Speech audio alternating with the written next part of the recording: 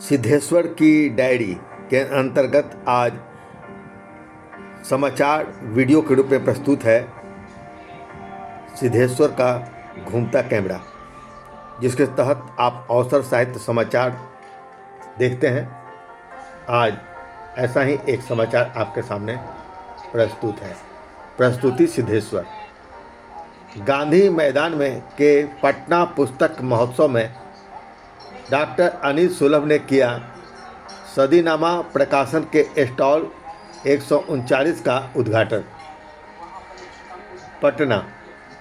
राष्ट्रीय पुस्तक न्यास द्वारा गांधी मैदान में गेट नंबर 5, 6, 7 के पास लगाए गए राष्ट्रीय पुस्तक मेला महोत्सव के हैंगर नंबर 2 में स्थित सदीनामा प्रकाशन की दीर्घा का लोकार्पण शुक्रवार को बिहार हिंदी साहित्य सम्मेलन के अध्यक्ष और साहित्यकार डॉक्टर अनिल सुलभ ने किया। उन्होंने हिंदी भाषा और साहित्य के उन्नयन में कोलकाता के इस प्रकाशन के योगदान को स्मरण करते हुए इसकी भूरी भूरी प्रशंसा की।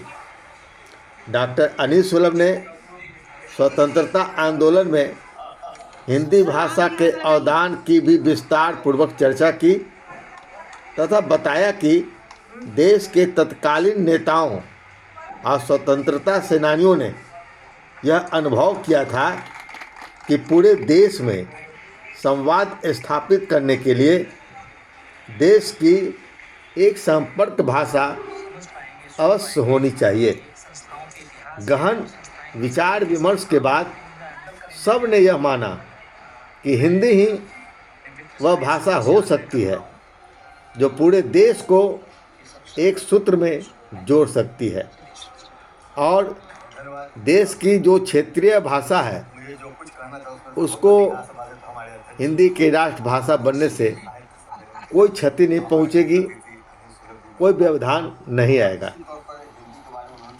और इसी भाव के साथ स्वतंत्रता आंदोलन के साथ हिंदी को राष्ट्रभाषा मानकर हिंदी का आंदोलन भी संचालित किया गया।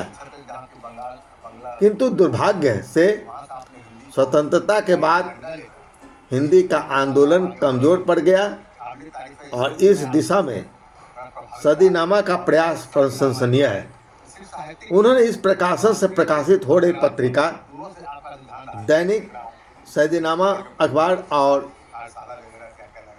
मासिक सदीनामा पत्रिका के नए अंक का भी लोकार्पण किया गया।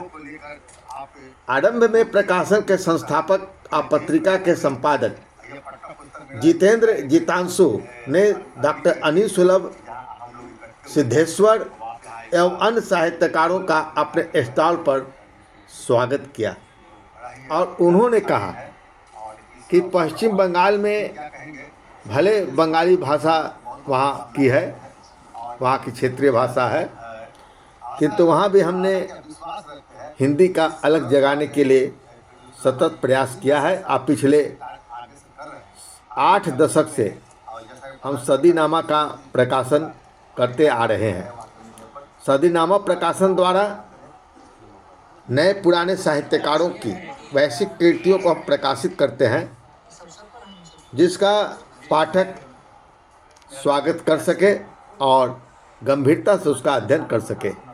हम इसमें साहित्यिक, सांस्कृतिक और कई तरह की पुस्तकों को प्रकाशन करने का जिम्मेवारी लिया है और हम अपने स्टॉल को सहयोगी प्रकाशन के माध्यम से देश ही नहीं विदेशों में भी जाकर विक्रय का प्रबंध करते हैं, हिंदी को जन जन से जोड़ने का प्रयास करते हैं।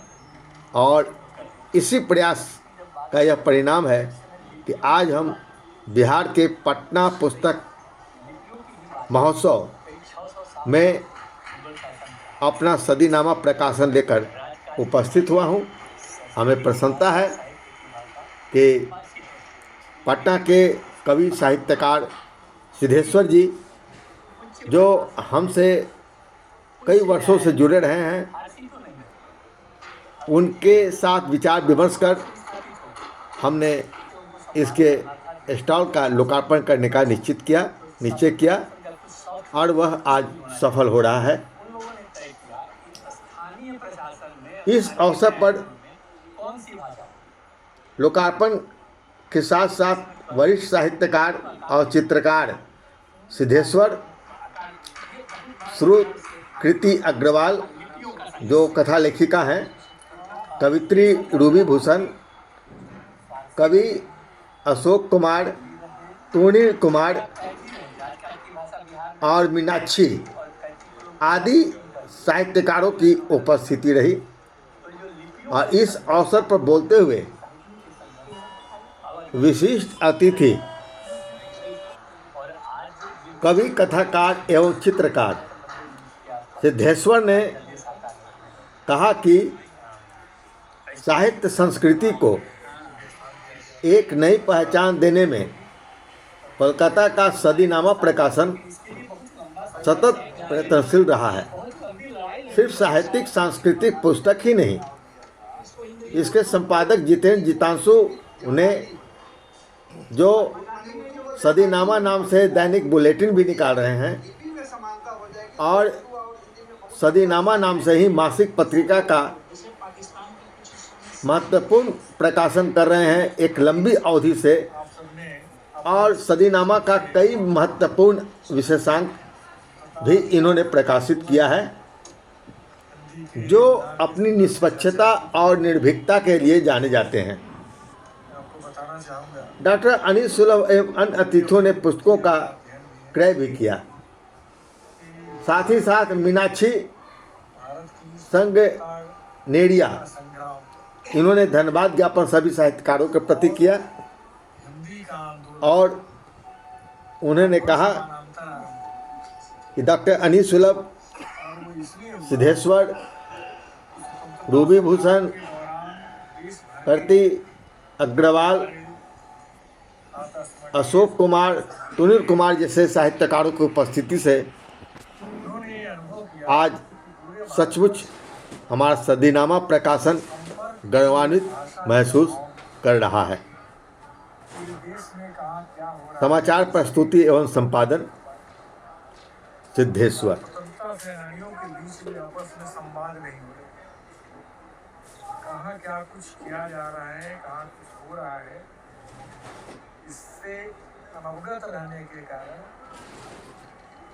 और एक संवाद नहीं हो पाने के कारण एक सामूहिक एकता सुदृढ़ नहीं हो पाई। अब उत्तर में क्या हो रहा है दक्षिण के लोग नहीं समझ रहे, उत्तर पूर्व के लोग नहीं समझ रहे, दक्षिण में क्या हो रहा है उत्तर के लोग नहीं समझ रहे, पूर्व की बातें पश्चिम नहीं, पश्चिम की बात पूर्व तक नहीं समझ रहे। तो उन दिनों समस्त भारतवर्ष की, अखंडित भारतवर्ष की बात कर रहा हूँ, जिसमें आज का पाकिस्तान और बांग्लादेश भी सम्मिलित।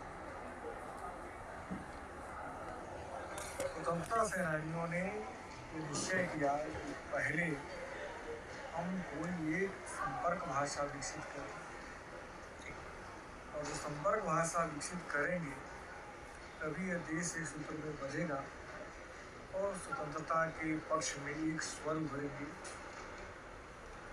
अंग्रेजों के विरुद्ध एक स्वर में लोग अपनी बात कहें।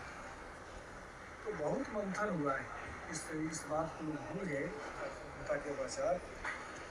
सत्य यह है कि उन दिनों इस विषय पर, इस बिंदु पर अखंडित भारतवर्ष में गहन विमर्श हुआ और उन विमर्शों की, कई खंडों में किए गए विमर्शों के परिणाम स्वरूप यह बात सामने आई कि हिंदी वह भाषा हो सकती है जिससे पूरा देश चल सकता है।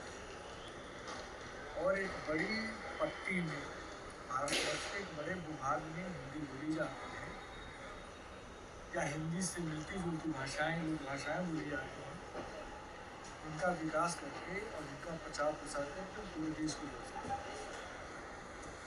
इसी क्रम में 1910 में अखिल भारतवर्षीय हिंदी साहित्य सम्मेलन का आयोजन हुआ। इलाहाबाद।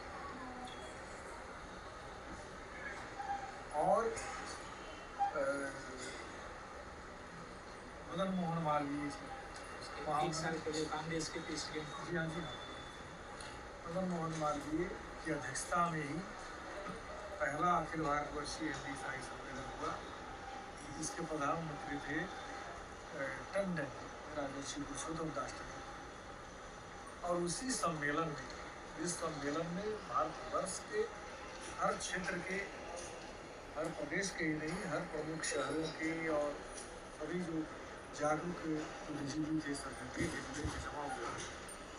यह निर्णय हुआ, यह सम्मेलन एक संस्था के रूप में काम करे और इसका यही नाम रख दिया जाए और प्रति वर्ष इसके विभिन्न देशों में, विभिन्न प्रदेशों में इसका अधिवेशन हो और हिंदी का प्रचार हो जाए।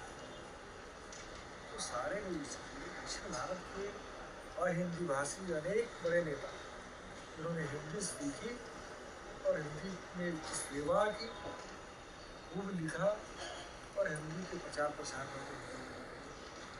आप डाल्टेनगंज तो बिहार झारखंड एक था, किंतु उस समय प्रांतीय सम्मेलन की स्थापना नहीं हुई। लेकिन जब 10वां अधिवेशन बिहार में पटना में आहुत हुआ था और वह हुआ था डॉक्टर राजेंद्र प्रसाद जी के आग्रह पर, 9वां अधिवेशन पुणे में हुआ था और वहीं राजेंद्र बाबू ने आग्रह किया कि अगला अधिवेशन बिहार में करें। तो 10वां अधिवेशन हुआ 1910 में और उसी के पहले उसकी पूर्व संध्या पर बिहार हिंदी साहित्य तो आज 106 वर्ष यह संस्था हो चुकी है। और बिहार हिंदी साहित्य सम्मेलन में हुआ था डॉक्टर राजेंद्र प्रसाद जी के आग्रह पर, 9वां अधिवेशन पुणे में हुआ था और वहीं राजेंद्र बाबू ने आग्रह किया कि अगला अधिवेशन बिहार में करें। ये लंबी कथा है और इसको यही संपन्न करना चाहेंगे इतना ही कर करके कि हिंदी के लिए भाषा और साहित्य दोनों किसी क्षेत्रों में जो कार्य स्वतंत्रता के पूर्व इस देश में किए, देश के नेताओं ने किए, संपूर्ण भारतवर्ष के नेताओं ने किए, वह काम स्वतंत्रता के पश्चात शिथिल पड़ गया। इसके कारण आज भी हिंदी की भारत सरकार की राजभाषा घोषित होकर के भी नहीं हो पाई है, औपचारिक रूप से कहना चाहिए। क्यों भले हम 14 सितंबर को हिंदी दिवस मनाते हैं उसके स्मृति में, लेकिन हम उस निर्णय का उत्सव मनाते हैं जिस निर्णय का आज तक कार्यान्वयन, यह खेद और का विषय है, पीड़ा का विषय है। इसलिए मैंने बल्कि बिहार हिंदी साहित्य सम्मेलन में अपनी स्थापना के 100 वर्ष 9वें वर्ष तो हिंदी के सामने जो भी समस्याएं हैं वो स्वतः समाप्त हो जाएंगी। पूरे भारतवर्ष में कार्यपालिका, विधायिका, न्यायपालिका के कार्य भी स्वतः हिंदी में होने लगेंगे। यह भ्रांति भी दूर हो जाएगी जो भ्रम फैलाया जाता है पूरे देश में कि हिंदी को देश की राष्ट्रभाषा बना देने से भारतवर्ष की दूसरी भाषाओं को उसका बुरा प्रभाव पड़ेगा। एक मेरा फैलाया हुआ, षड्यंत्रपूर्वक फैलाया हुआ भ्रम है जो और कभी भी किसी कारण से भी किसी भी दूसरी भाषा का कोई अहित नहीं होगा हिंदी की राष्ट्रभाषा। आप अपना नाम और डेटिंग में सुनते हैं। मैं डॉक्टर अमित सुगम हूँ, अध्यक्ष बिहार हिंदी साहित्य। धन्यवाद।